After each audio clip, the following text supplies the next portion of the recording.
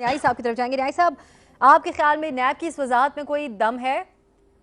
देखिए जी, मैं तो हसन साहब की बात से पार्शी मुतफिक हूँ कि अगर कोई महज़ब मुल्क होता तो नैब जो है ना इस वक्त जेल में होती। किसी महज़ब मुल्क में ऐसे बेहुदा ऐसा अट्ठाई गिर डिपार्टमेंट की गुंजाइश ही नहीं है।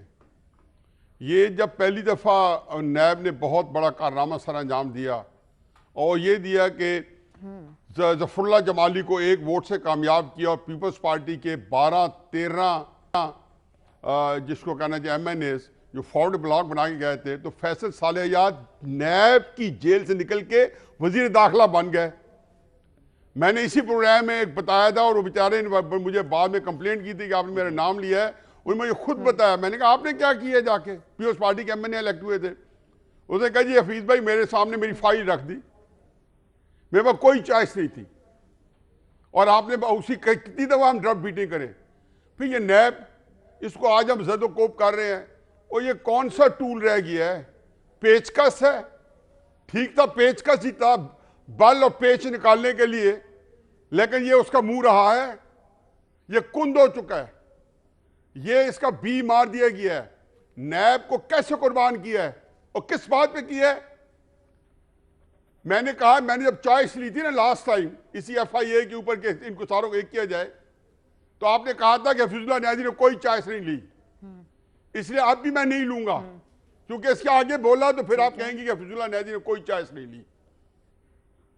आप ये देखें इस मुल्क के अंदर नैब ने कितने झूठ बोले हैं, कितने हीले किए हैं, कितने बहाने किए हैं, रिकॉर्ड जला देते हैं। भाई कौन बंदा, साद रफीक को मैंने इसलिए चलाया, ये जाके एक एक बंदा आया है, यकीन जानो के झूठ के, मैं कहता हूं कि कोई शर्म होती है ना उसके करीब से नहीं गुजरे।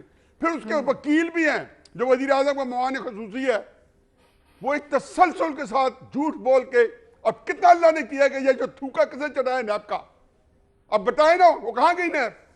जिसको डिफेंग कर रहे हैं, जिसके पर काट रहे हैं, जिसके नाखून तराश रहे हैं, जिसके दांत निकाल रहे हैं, वो कहां गई नैब? इतना बड़ा इदारा था और पाकिस्तान के नसीब में लिख दिया गया था और अब कई हुकूमतें बना के कई गिरा चुका था, तो अब उसको पास रखते नहीं। वो ट्रेड के अंदर काम आ गया है, कुछ लो कुछ दो, कुछ ने ले लिया कुछ ने दे दिया। ये आपकी टोटल नैब की औकात थी। आज नैब वाले खुद स्टन है कि उनके साथ दिन दहाड़े क्या वारदात हो गई। अब इसके बाद जब ये बिल आएगा नैब का, उसमें देखेंगे कि जो रही सही कसर है वो भी उन्हें पूरी करा दी होगी कि 2-4 जो चीजें रह गई हैं।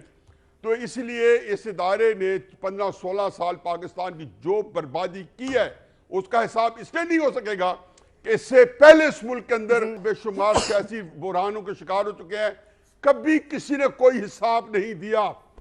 ये इस मुल्क बेचारा किससे हिसाब मांगे, किसके हाथ में अपना लहू तलाश करूं कि सारे शहर ने पहन रखे दस्ताने। ठीक है जी।